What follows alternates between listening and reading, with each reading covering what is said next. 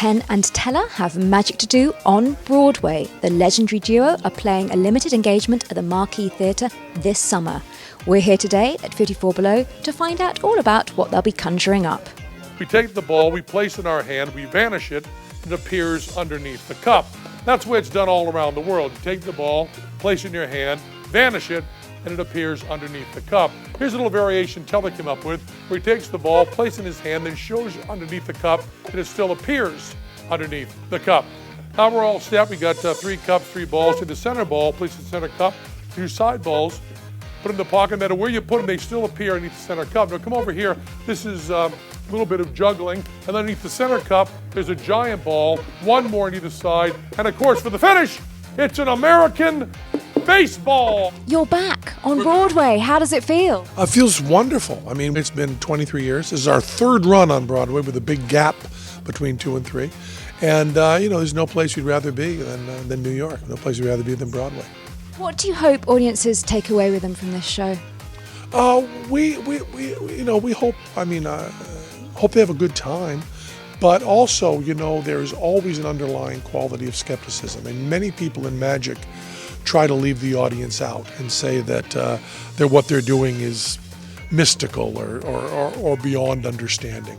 And I think what's interesting about our stuff, and what I'm most proud of, is that our stuff is not beyond understanding. Our stuff really does deal very much with how we ascertain truth, and we care about that very much. We try to do magic without insulting the audience. I mean, Jerry Seinfeld once said that all magic is, here's a quarter, now it's gone, you're a jerk, now it's back, you're an idiot, show's over. And we try to do magic that doesn't feel that way. We are, in Vegas, we keep doing new stuff all the time because we write new stuff and want to put it in. But this has given us an opportunity to look over the full 40 years of working together.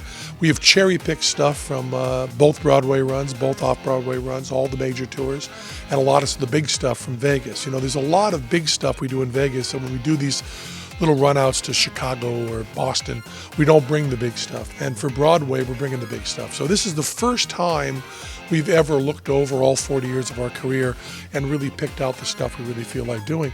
It's the first time we're working with a director, John Rando, Tony-winning director, wonderful guy, genius. And it's the first time we've taken stuff that we've done thousands of times, no hyperbole at all, thousands of times, and really looked at it and really tried to make it better and spruce it up. And I think not only are we doing the stuff that maybe the best stuff we've written in 40 years, but we're also doing the best versions of that stuff. Now, what can audiences expect from this show? I mean, the old classics, is it new, has it been reworked? What's going on with it? They can expect the best show they've ever seen in their lives by anybody. That's what they can expect, and that will be delivered. We think any magician in the world would agree with us in a second that you never, ever do the cups and balls with clear plastic cups. So here's the Penn and Teller version of the cups and balls.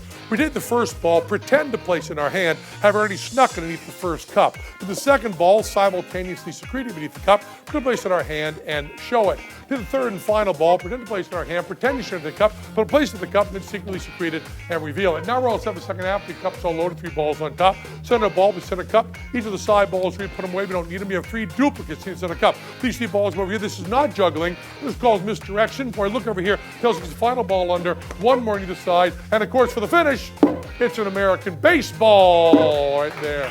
That's the Penn and Teller cups and balls.